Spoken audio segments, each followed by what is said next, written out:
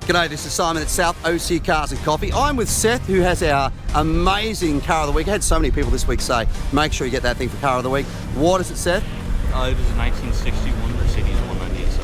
Yeah, a 1961 Mercedes 190 SL. I don't think I've ever seen a Mercedes 190 SL look like this before. Check this thing out. Seth, I saw this thing roll in and noticed you were all smiles. You obviously love riding this car.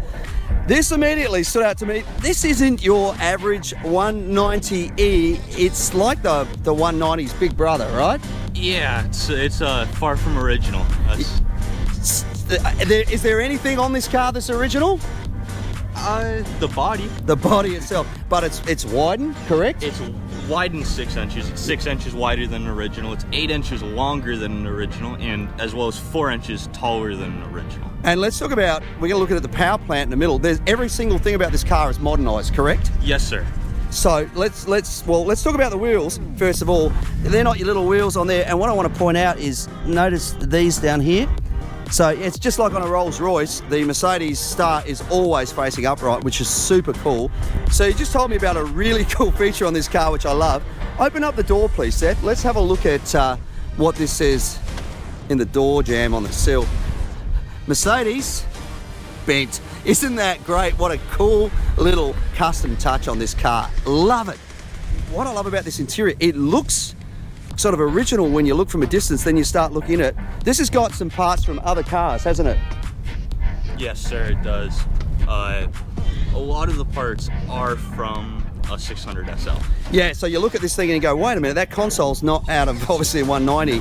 And as I said, we're going to get to the motor in a minute, but the interior, what I love, the steering wheel and everything still looks really good. It still looks authentic. It still looks like it's, you know, in place, which is amazing.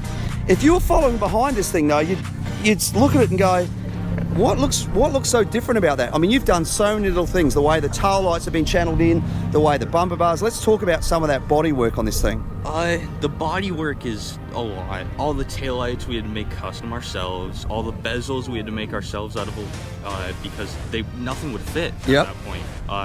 All the logos we made ourselves, everything. The bumper we had to make ourselves as well. Yep. I mean, it's amazing. It looks like a 190 SL, but like every little piece on it looks like it's changed, which is incredible. And yet what you've managed to do, which doesn't always succeed, is when people enlarge these cars, you've got this incredible proportions that have been retained. Most of the time that doesn't happen, right? No, it does not at all, and that's the biggest thing. We wanted to keep it in proportion to make sure it looked like an original and it was kept to its true heritage.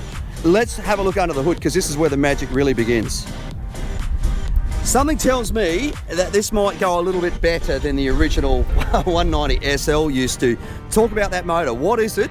The motor itself is a twin-turbo V12, an actual Mercedes twin-turbo V12, and everything on it is Mercedes. So what we did to even get the motor to fit is, like I mentioned earlier, we stretched the body around it. Yep. At the time, we built this 12 years ago. We bought a SL 600 and chopped the body off of the rockers.